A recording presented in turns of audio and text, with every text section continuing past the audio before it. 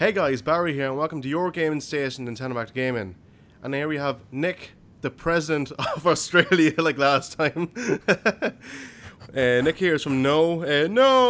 And we are here to talk about the Legend of Kusakari, that is correct. So, how's things? Good Yeah. morning for you anyway. Good morning. Yeah, things are good. It's winter here, but it's not too bad. It's looking like it's going to be a nice day. So, yeah, it's good. We're getting excited about the upcoming launch of Kusakari and just trying to make sure that everything's all sorted so that all the little deals and discounts and sales and competitions and everything's going to go off smoothly. Yeah. Yeah, so, I don't know, speaking of winter, I guess it's autumn here, in Ireland, and, what is it for you exactly? What kind of season Yeah, is so it? it's just going to go into spring soon. So we're Yeah. in winter until the end of August. And then spring will start. So we're basically the opposite to you guys. Yeah, and there's not much snow. There isn't in Sydney, but there is snow if you go down into some of the mountains. There's not much snow in Australia, but some of the mountains near Canberra and stuff get it. You can go skiing. So Oh, that's pretty cool. Skiing in yeah. the sand, I guess. So, so for people who don't know who you are, tell us who you are and who your company is. Sure. So my name's Nick Watt. I'm the creative director at No. We are an independent games developer based in Sydney, Australia, and we've kind of predominantly done an awful lot of games titles for Nintendo platforms, and have more recently started branching out to support all major platforms. Our first title was Pop on WiiWare, so it was one of the launch titles for the North American WiiWare launch. And then we've done a whole bunch of different stuffs ranging from notebooks and diaries and postcards on Nintendo DSi, right the way through to augmented reality spirit hunting games, Escape Vector, which is a quirky Tron style puzzle adventure, and our latest game, Blast and Bunnies. And we've also just branched out into doing publishing as well. So we published Cubemen 2 on Wii U, which allows you to play against people on PC, iOS, and Mac and Android, I think now, all from your Wii U, which is cool. And Legend of Kusakari is the second title in our publishing range, with a whole bunch more to follow. Brilliant. So, tell us about the Legend of Kusakari. Like, where did you get? Well, I'm guessing the team approached you because you aren't obviously the creator of the game. You're just publishing the game. So, tell us the experience, of publishing the game and bringing it to the Western world now. Yeah, so when we started off the publishing thing, I wanted to look at various different avenues where we might be able to get games from and what would be cool and what would attract fans. So we obviously, Cubemen 2 was one of the ones that we saw in Australia, and we knew we wanted to try and work with a lot of Australian developers to help bring their games to console, because a lot of Australians developers kind of find that a little bit tricky. And then at the same time, I thought, you know what, Japan has some really cool, quirky, unusual titles that come out on the eShop, and a lot of those never get a chance to kind of come to the West. So we wanted to start looking and see if there were any Japanese titles that would kind of fit our lineup and take a chance with us. So I bought a Japanese new Nintendo 3DS, downloaded a whole bunch of games and demos from the store, and started having a look at some of the titles that hadn't come to the West. And there's quite a few people we contacted, and Legend of Kusakari was one of the ones that really kind of got my imagination. So we approached them, and they liked our proposal, and so we've been working together to try and bring the game out to Europe and America and anywhere that isn't Japan, basically. Yeah. So, do you speak Japanese yourself? No. So, how does that work out? Well, actually, it's interesting. Most Japanese people get taught English at school, Yeah. but they don't like speaking it very much. They don't feel confident in the spoken, but their written's pretty good. So, I mean, there is a little bit of translation issues here and there sometimes, but so what we kind of email in English. And then any of the actual game localization, they provide us it in Japanese, and we get it translated by native English speakers who speak Japanese, so we can get a really good translation and kind of keep that quirky oddness to the game. Yeah. It is. It's like, and obviously in a good way, but it's a weird game, Like from music, to what you're actually doing. So I think it's obvious what the question and the answer to the question is here now. Where did the idea come from for this game? Yeah, so I think the team say that they were really heavily inspired. Like they're really big Zelda fans, obviously, Yeah. and they didn't want to just make a Zelda game because then that's kind of a rip-off. So what they wanted to do was try and see if there was an element of the Zelda game that wasn't ever really utilized in a full game sense, and they could make something really quirky and fun out of it. And that's kind of where the grass cutting came from. They thought, it's quite nice, it's quite relaxing. We can make it a bit high pressure by adding some skill elements in it. And we can probably build a whole, unusual and weird narrative around it. So instead of you playing the hero who has to go out and save the kingdom and kill enemies and bad guys, you're playing a grass cutter who wants to make sure that all of the world is well kept, so that the people who are killing the bad guys have got a good, nice, clean battlefield to do that on. All right, I'm sold. I'm sold. So, have you actually added any extra features to the game, or is it strictly the way it was, from the original to, for us like the West? Yeah, so other than the English translation, we've tried to keep everything to the same spirit and context as the original game.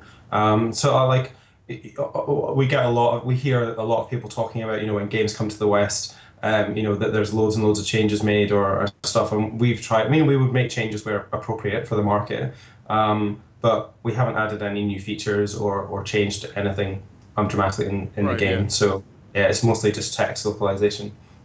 Yeah. So tell us about the music of the game. Did you like your first opinion on it? What was it like?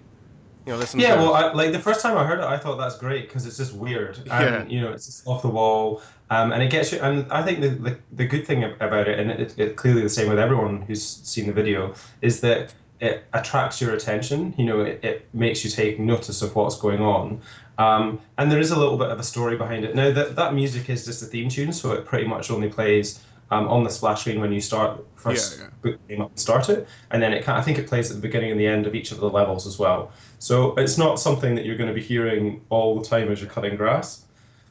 It's kind of nice, chilled out music while you're doing that.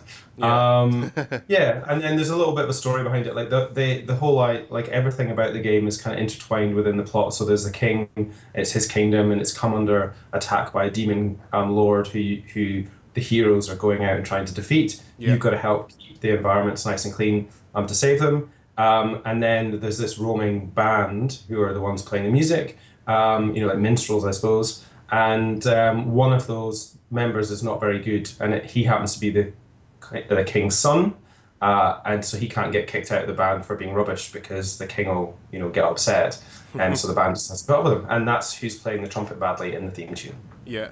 So we talked about, 5 months ago now? We talked in March, and Yeah. I guess so much has changed for gaming. Like E3 has happened this year, the biggest game event of the year. So what was your opinion on E3 this year? Did you attend any of the events? Yeah, so we normally go out to E3 every year. So we were there this year. We were lucky enough to get invited to the Xbox press conference and Sony's press conference as well. Very Unfortunately, nice. Nintendo. Yeah, it was cool. And we've been to the Sony one before, but never been to the Xbox one before. So that was really, really cool. Unfortunately, Nintendo didn't have one this year because they're focusing mostly on the Nintendo Directs and stuff. So we couldn't go to anything that they had. No, it was good. It was really good. The show floor was really interesting. Obviously, Nintendo mostly just focused on Zelda on the show floor this year. So we didn't, because there's such huge lines, we didn't spend too much time in the Nintendo area this year, just because we kind of got what Zelda was, and we'd watched a lot of it on the live stream and things. But no, it was good. We had a lot of really good meetings, a lot of interesting talk about virtual reality. A lot of people looking at that and talking about where that's going to go, what that's going to do for the future. And obviously, it's interesting hearing all the rumors and talk about the new hardware from all of them, all the guys, really, seeing where that's going. So no, it's cool. Getting a chance to have a look at some of the new games is always exciting. I think it's in a bit of a transition E3 as well, because I think particularly for companies like Nintendo, they are having such great success with their Nintendo Directs. Yeah. I'm not sure for them how much they need to keep having a show like that. So it'll be interesting to see what happens next year and how things change, because they're having really great successes marketing directly to consumers these days. So they might decide that they don't need to go anymore. So which will be a shame. So we'll just have to wait and see, really. Yeah. Like last year when they done was it last year the whole competition thing they done, or was that this year? Oh, that was last year. No, last year. Yeah, Yeah, that yeah. was last year. I think if they kind of put the two of them together, had the competition, and then in between, kind of, after each game event, each competition, they would do like a preview of a new game that's coming out, and then continue on with the competition. Like that'll be different, I guess, unique as Yeah, I well. think. Yeah, yeah, definitely. I think that that went down really, really well last year, but Yeah, um they didn't for whatever reason, obviously maybe they just didn't have enough games, or I think it's also because they're in a bit of a transition at the moment. Like the public kind of aware that the Wii U's coming towards the end of its life, yeah, and they want the last few things to come out to be a great success, but there's obviously not too much more on the horizon. So I mean, I think that's what will be interesting. So we'll see next year. I mean, hopefully they're going to have a lot to talk about with the NX and showcase that. So it might be a massive year at E3 for them next year, and they might have a huge booth with loads of games to show, and or they might do something completely different. Because I mean, you look at someone like Apple. Apple obviously managed to have their own shows and showcases whenever yeah, they yeah, want them. And that works really well for Apple because they kind of go, look, we want to talk about it today, and they don't have to wait for an E3 or a CeBIT or whatever to come up before they do any of the talking. So yeah, it's going to be interesting to see what happens. So speaking of VR, I see there in the background you have a PS VR headset. I see. Maybe, To your maybe, right side, yeah. yeah, it's maybe, it's pretty cool yeah. actually.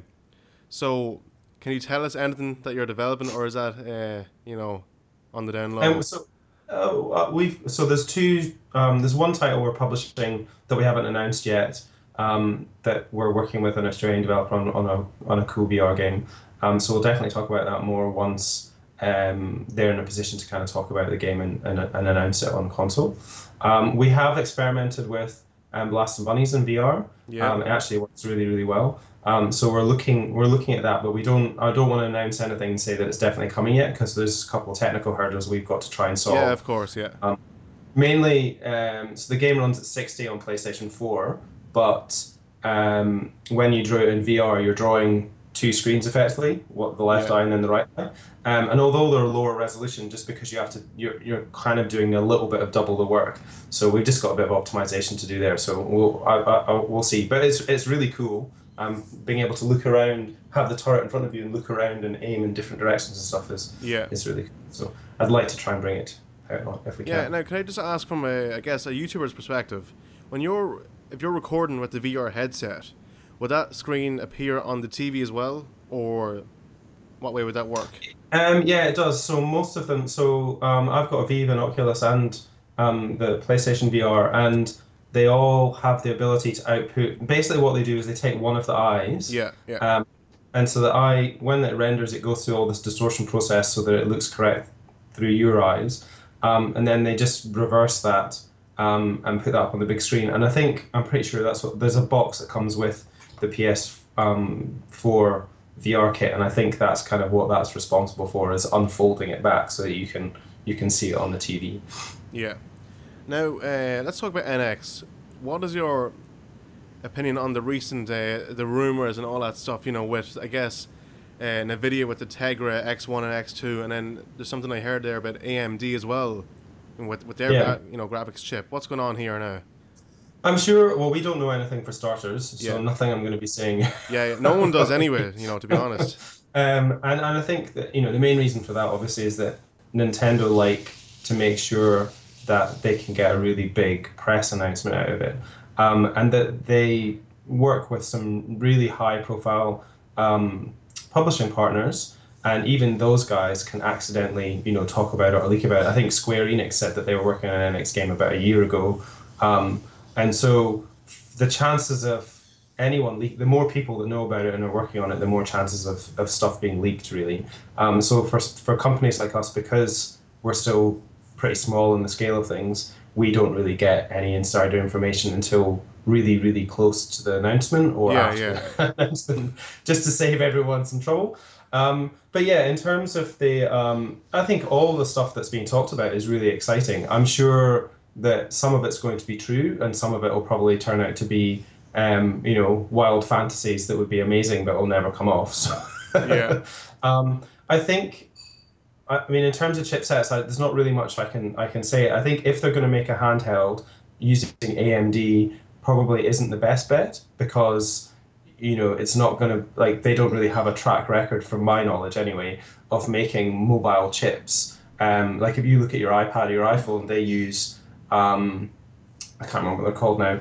The specific type of chipset, which are really, really, really good for mobile devices and really good for battery Yeah, yeah. life. And even like the iPads require a huge amount of batteries just to be able to get their 8 or 10 hours or whatever it is battery life out of them. So I mean, like the Tegra sounds like a pretty good chip, but I remember last time they were talking about the 3DS before it came out. Eurogamer ran a story saying that the Tegra was going to be used in that, one of the earlier Tegras, and that turned out to be untrue as well. So I mean, I have no idea. I do know that when the original Xbox came out, they built off an NVIDIA graphics card inside. And the reason that the original Xbox was killed so quickly is they couldn't save money by reducing the component costs because NVIDIA wouldn't change the deal that they had. So if that's the way NVIDIA works, I would say that's potentially maybe not going to work for Nintendo because they obviously like over time to make the hardware cheaper and cheaper and cheaper and scale it down and all sorts of stuff. So who knows? But the controller, everything that's been talked about, I think it's, if they've got this whole handheld and it's got a dock or whatever and it's got detachable controllers, and I mean that sounds cool. And if that's where they're going, I'm sure Nintendo can do some awesome stuff with it. I mean, I've been keeping up with Reddit, and some of the Reddit posts are about instead of them being, you detach them and use them for doing things, they're actually, Yokai Watch comes with one type of controller that makes it look like this, and Pokemon comes with a different controller. Like, who knows? But that stuff all sounds cool, and it kind of plays into Nintendo's strength. They're very good at, if you look at the Amiibos and things, they're very good at finding ways to not just make a game, but make ancillary stuff around the game that it motivates you to want to spend more money. So, that would be cool, I think. Yeah, like I did see that image someone posted online of like there you mentioned the Yokai Watch, the attachment added on, and then then there was a drawing as well of like a camera, for Pokemon Snap 2 or something. Yeah, I think that'd be really cool though. But like who knows? Like it just shows you that people making articles, maybe for clickbait. Like no disrespect, but that's what it looks like. Just to kind of get something stirring. Yeah, I really don't well, know. I'm pretty sure, I'm sure Eurogamer have got some pretty good contacts, but at the same time, I imagine that they've had to try and fill in some gaps as well.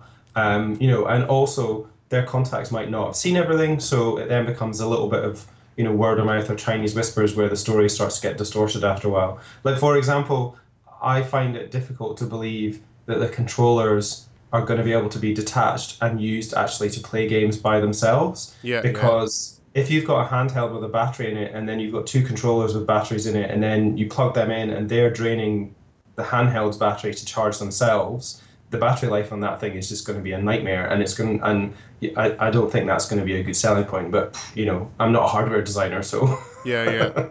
Like you never know. It could be two systems. It could be it could be just like a home console as the NX, and then they released a successor to the 3DS. They could do the 4DS for all we know.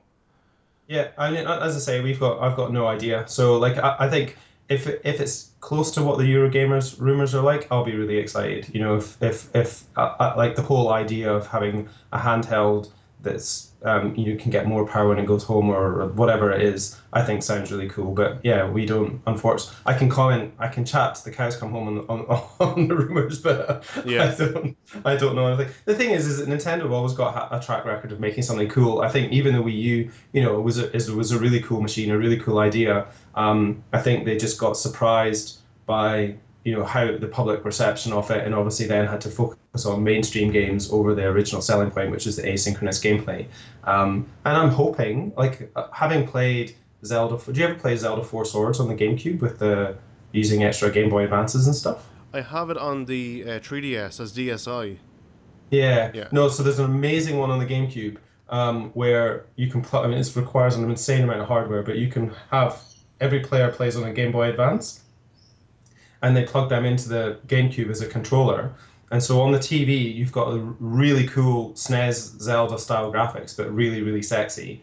And then each player has got their own section of the world that they're looking down. And so you play in the Four Swords style gameplay, but you're all working together. But then you go up onto the main screen, and then you come down onto the bottom screen, and it's really, really, Oh, that's really cool. Yeah. cool. Yeah.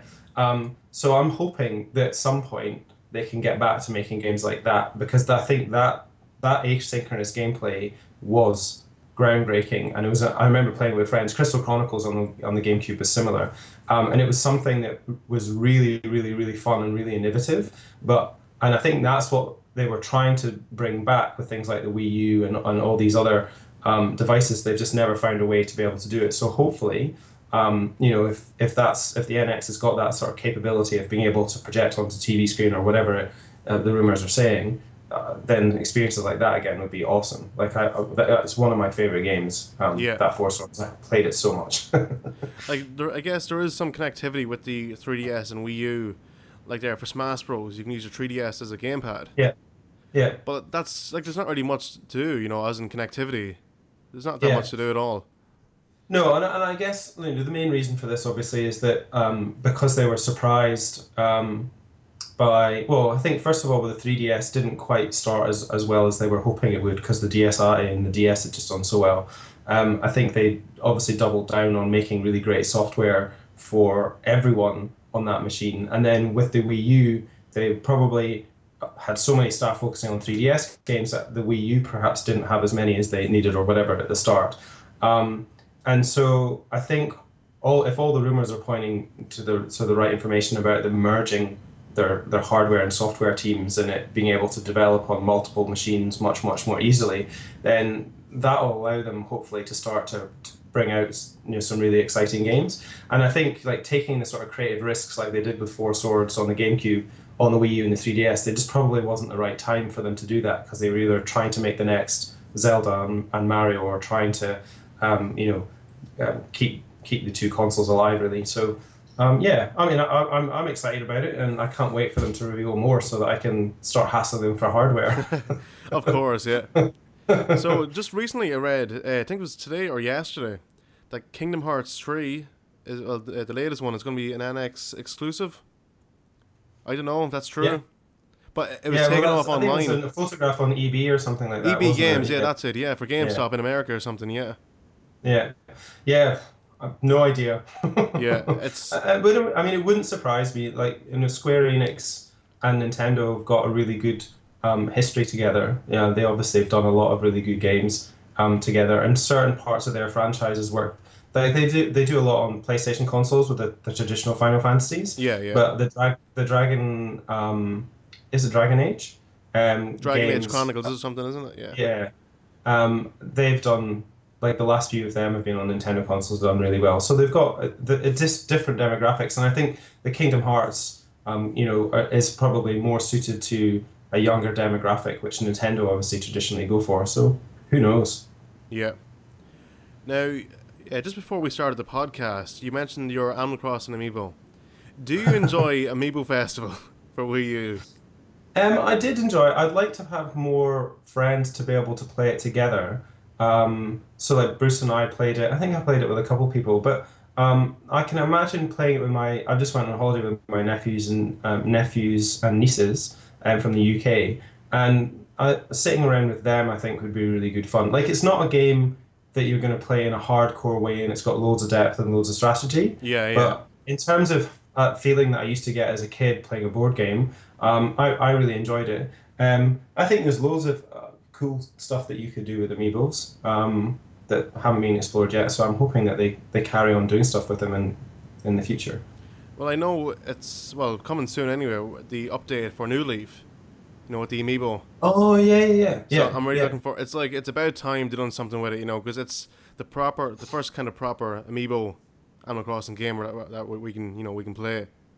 Yeah, and so how does that work? You can just tap in, those villages will come into your town, will they? I'm guessing, but who really knows? Like, Nintendo knows, but I know like there's stuff there. If you tap the Squid Sisters, you get costumes or something and wallpapers or whatever. Oh, okay. It's there. Cool. Yeah, but it's nice to see that it's like, what is it, like 4 years ago it came out or something? I think Yeah, so. I can't Yeah. believe I was amazed that they were announcing a patch for that after 4 years. It's pretty impressive because not many companies will spend time supporting something that's kind of done its major sales. Yeah. So Yeah. it must still sell quite well. I bought it for my nephew, and it's really cool. My nephew, one of my nephews and one of my nieces are old enough to kind of enjoy playing consoles now. So I bought them a 2DS each. And for Christmas about a year ago, no, maybe 2 years ago now, and so we play Pokemon together, which is cool. Nice. Yeah. And I bought both of them actually, the Animal Crossing New Leaf, and I bought her Elsa, my niece, the designer one as well. She phoned me up to ask me how to wipe the save because she just likes designing all the shops in the town, and Yeah. Yeah. she just wants to keep clearing it so she can design the town again. So all right, okay. All right. Fair enough. So, yeah, I recently designed an image for you, Oh blasting yeah, bunnies for Stranger Things. yeah, that was So, cool. yeah, thanks. So, tell me your opinion on the show overall, season one. What do you think of it? We really enjoyed it. I mean, it kind of growing up in the 80s and having, the Goonies and E.T. and a lot of Steven Spielberg type shows and things on TV. There's also one in the UK called Tales of the Unexpected, which isn't really that similar to Stranger Things, but it's kind of got a little bit of, weirdness going on. Yeah, We really enjoyed it. We chain watched it over about 3 or 4 days, I think, in the end on Netflix, which is so great.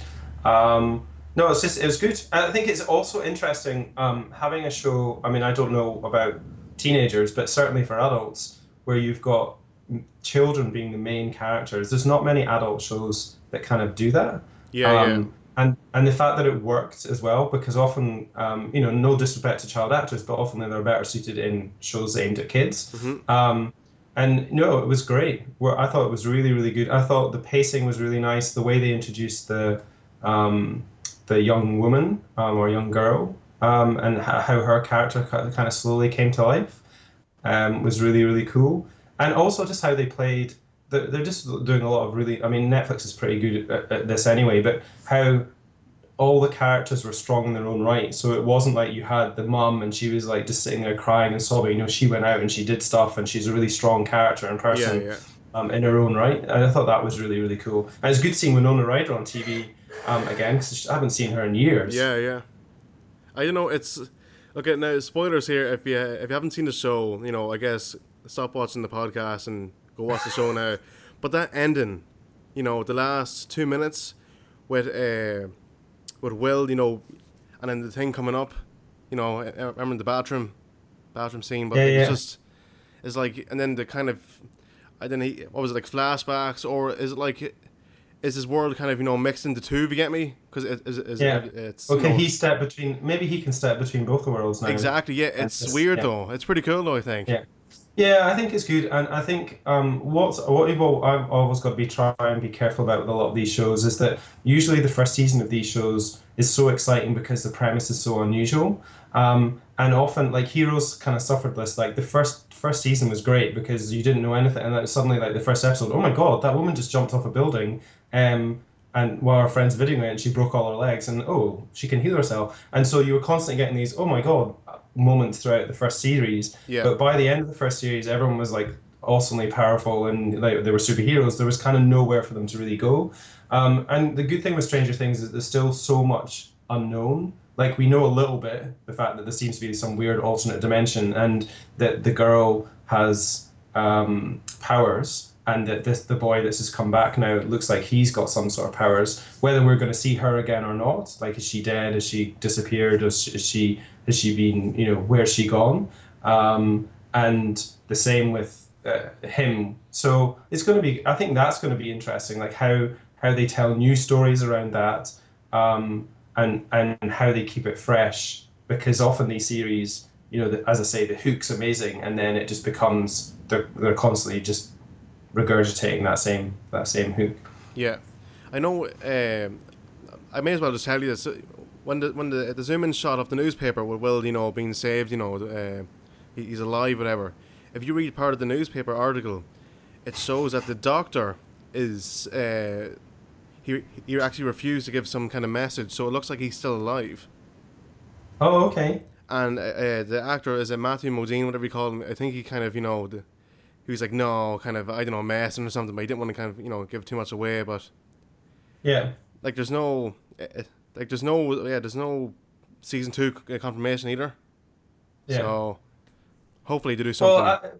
yeah, but I mean, it's interesting. But the other, I think they could go the other way and do it more as an anthology series where it's a completely different time with different characters and something else is happening. Yeah, yeah, Because just you wonder sometimes whether they're just forcing it to try and keep telling stories about those same characters. Because like it's a little bit far fetched if even more disasters begat on the yeah, same town.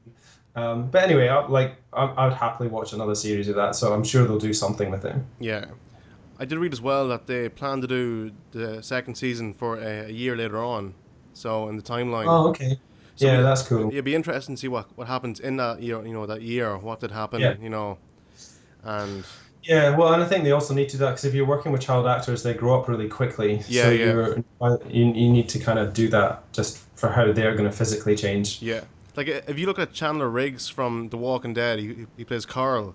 He's meant to be what, like 11 or 12 or something, and the kid's like 15 or 16 in real life. Yeah, So yeah. he's grown up so quick. He needs to cut his hair. That's what he needs to do. Yeah. So anyway, go back to Blast and Bunnies. It's been a massive success for you, I think, for all the consoles it's been released on. For 3DS, PS Vita, Xbox One, and of course PS4. I have it here on my phone. Like some of the ratings you've been getting are 4.5 out of 5, 9 out of 10, 8 out of 10, 4 out of 5. Tell us about like your reception to all of this. Yeah, I mean it's great. Like working in any entertainment media. I think it's the same. It's a whole roller coaster of emotions. Because for us, we spend way too long, like 2.5 to 3 years making a game often. And so you poured all this in energy into trying to make it fun and as well polished as it can be. And then basically you work with your hardware partners as much as you can to try and pick a date that's going to work for everyone and that you can get a lot of marketing on. And then you know, you release it on that date, and hopefully either people buy it Yeah, and yeah, talk about it, or you're sitting there and kind of tumbleweeds blowing past. And yeah, that's the most horrible experience out of it all is that that is it comes down to pretty much that first week. And if things go well for you in that first week, then it's great. And if things don't go well for you in that first week, then it's three years worth of work down the drain. And I think that's the hardest thing I find now, and the thing that drains me the most is just that the way a lot of people are talking on the internet at the moment about everything, is that we're so prone to trying to find negatives and stuff like we yeah, can't. yeah, yeah, And I think that it's just a factor of where the world's come with all the horrible stuff that goes on every day and the way that news is reported. But it's just, it's like people think that developers or creative people go out of their way to make really nasty decisions. And I know for a fact that more often than not, we're trying our hardest to make the games that we make and the software that we make as well polished and as fun and as bug free as we possibly can. But just like everyone, we're human. So sometimes when you're working in a cafe making coffee, you're going to have a bad day and make some bad coffee. We're going to make some mistakes and maybe miss a bug, and yeah, yeah, and yeah. that sucks. And I hate, like, the day it comes out, if someone finds a bug, I'm just feeling sick for the rest of the day and mortified and horrible, and I want to be able to go around to that person's house and fix it, but Yeah, yeah, we just can't. So we all try our best, and it is getting harder, and it's getting in many ways it's getting easier in some ways. Some of the software that we use now definitely makes development easier, but everyone expects so much more out of games now, so yeah, the yeah, systems inside them are much more complicated. Like I'm playing No Man's Sky a lot at the moment, and I'm really enjoying it, and they've done an amazing job, but there's bugs in that, and they're getting a hard time for it, and it's tough. It's really, I can't imagine what they must be going through, because on the one hand you're like, whoa, this is great, they're getting great success, on the other hand you've got probably people on Reddit and NeoGAF going, I hate you, I want to come around and kill you, and yeah. I know. I saw that stuff. Like that's not on. There's really yeah. no need for that. Like it's over the top, to be honest. Yeah, I think what more people need to do is try creating stuff themselves, whatever it is, clothes, games, food, and then trying to release it to people to see how they react. Because I Yeah, think too many people grow up, because media is so controlled a lot of the places with big film releases and big TV releases, and it's all slick and smooth and it looks amazing. They forget underneath it all, particularly with all the independent stuff that happens these days, that there's usually just one or two people working hard for not very much money to try and make something really, really cool, and they forget that they're a person and they've got stresses and strains as well. Yeah. See, the thing is, about 90% of gamers out there, they have no clue what goes on, behind the scenes for a game, how long it takes, everything from, voice acting to, like, from the 3D graphics to programming, all that kind of stuff. They have no clue at all. Yeah. And just bad mouthing, why can't people talk about the good stuff about it, Yeah. I suppose it's easier. Like, I mean, I definitely do it. Like when No Man's Sky crashes at the moment, we're like, oh, why can they not fix that? And blah, blah, blah. Because you're enjoying. And the thing is usually the sign behind it is you're enjoying yourself. Like, I'm enjoying myself, and I don't want that enjoyment to stop. And I think it's also just, we, particularly as boys, are brought up to not like talking about nice, happy things. We have to talk in very serious and, very aggressive manner about stuff. So that's kind of what happens on the internet, isn't it? It just brings out all of those sides of people, really. Yeah. I have No Man's Sky, actually, the special edition on PS4. Oh, nice. And if I seen it online, let's see if I can get it now for you, sorry. Oh, yeah, you can peel the sticker off on the back. Yeah, what the hell? So if you peel off the sticker here, I done an unboxing on PlayStation Impact Gaming, and on the back there, if you can see that there, you see the online and the fist. Yeah. So and there's a sticker on it, to cover it. So no, and I think obviously it'd be really cool to be able to fly and land in places and meet your friends. But the chances of that happening, like, I've not even found a planet yet that someone else has been to, as I've been playing it. So obviously the chances of that happening are fairly slim. And I think, to give the developer credit, what they've had a hard enough time and a big enough job trying to get all the amazing stuff that they've got into the game working. And I'm sure the way I'm thinking of it, it's not quite a beta, but it's kind of, I'm pretty sure they're going to expand on the game with new content and more stuff as it goes on. And I just hope that the fan base, there's enough in the game for the fan base to do just now that keeps them around for the new content that comes out. Because I'm really, it's kind of weird. I started off, I loved it and spent loads and loads of time playing it, and then I was starting to get bored because I was just landing on a planet, scanning everything. Yeah, the same thing again and again. And I was starting to think, okay, I'm not sure if I can keep doing this. And then just not long after that, I started to get a bit more snippets of the story. So as I'm scanning the monoliths for the Gek at the moment, which is one of the creatures that I keep finding. Don't spoil it on me. No, it's fine. I'm unlocking more of their history, and talks a lot about how each monolith talks a lot about where they came from and who they are and why they're doing what they're doing. And it starts now to refer to the other two races as well, which is really interesting. And then I've started to land on other, like, these weird space stations that start appearing, and there's a bit of story hinting at there as well. So that's kind of recaptured my imagination. But I'm still not landing on planets. In fact, pretty much for the last couple of times I've played it, I've basically just warped from space station to space station to try and get to certain objectives. So I think it's a great game. I think there's loads that they could do there, and I hope they continue to support it. Yeah. I know they're releasing free DLC. So, it's never going to, you never pay for anything that comes on. So that's pretty good. Yeah, that's cool. So tell me this: have you any plans for new Blast and Bunnies DLC down the line? I'm going to ask you this. Have you any more plans for even like a 3DS theme, or even PS4 and Vita themes?